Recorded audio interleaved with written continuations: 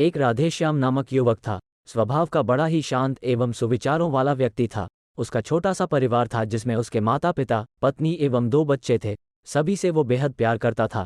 इसके अलावा वो कृष्ण भक्त था और सभी पर दया भाव रखता था। जरूरतमंद की सेवा करता था, किसी को दुहक नहीं देता था। उसके इन्हीं गुणों के कारण श्री कृष्ण उससे बहुत प्रसन्न थे और सदैव उसके साथ रहते थे। और राधेश्याम अपने कृष्ण को देख भी सकता था और बातें भी करता था।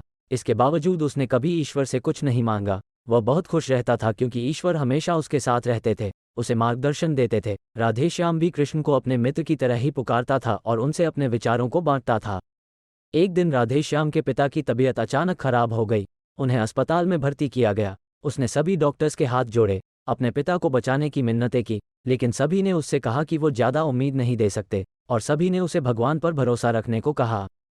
तभी राधेश्याम को कृष्ण का ख्याल आया और उसने अपने कृष्ण को पुकारा। कृष्ण दौड़े चले आए। राधेश्याम ने कहा, मित्र, तुम तो भगवान हो, मेरे पिता को बचा लो। कृष्ण ने कहा, मित्र, ये मेरे हाथों में नहीं है। अगर मृत्यु का समय होगा तो होना तय है। इस पर राधेश्याम नाराज हो गया और कृष्ण से लड़ने लगा। गुस्से में उन्हें कोसने लगा। भगवान ने भी उसे बहुत समझाया पर उसने एक ना सुनी। तब भगवान कृष्ण ने उससे कहा, मित्र, मैं तुम्हारी मदद कर सकता हूँ, लेकिन इसके लिए तुम्हें एक कार्य करना होगा। राधेश्याम ने तुरंत पूछा, कैसा कार्य?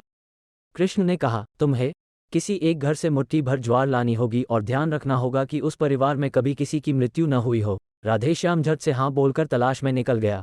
उसने कई दरवाजे खटखटाए। हर घर में ज्वार तो होती, लेकिन ऐसा कोई नहीं होता जिनके परिवार में किसी की मृत्यु ना हुई हो। किसी का पिता, किसी का दादा, किसी का भाई, माँ, काकी या बहन। 2 दिन तक भटकने के बाद भी राधेश्याम को ऐसा एक भी घर नहीं मिला।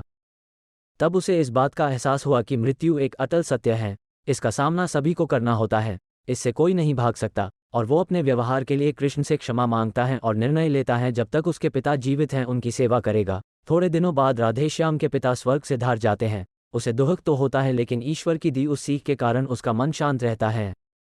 दोस्तों, इसी प्रकार हम सभी को इस सच को स्वीकार करना चाहिए कि मृत्यु एक अटल सत्य है। उसे नकारना मूर्खता है। दुख होता है, लेकिन उसमें फंस जाना गलत है, क्योंकि केवल आप ही उस दुख से पीड़ित नहीं हैं, अपितु संपूर्ण मानव जाति उस दुख से रूबरू होती ही है। ऐसे सच को स्वीकार कर आगे बढ़ना ही जीवन है। ने किसी खास के चले जाने से इतने बेबस हो जाते हैं कि सामने खड़ा जीवन और उससे जुड़े लोग हमें दिखाई ही नहीं पड़ते। ऐसे अंधकार से निकलना मुश्किल हो जाता है। जो मनुष्य मृत्यु के सत्य को स्वीकार कर लेता है उसका जीवन भार विहीन हो जाता है और उसे कभी कोई कष्ट तोड़ नहीं सकता। वो जीवन के हर क्षेत्र में आगे बढ़ता जाता है। देखने के लिए धन्यवाद। सदस्यता लें और पसंद करें।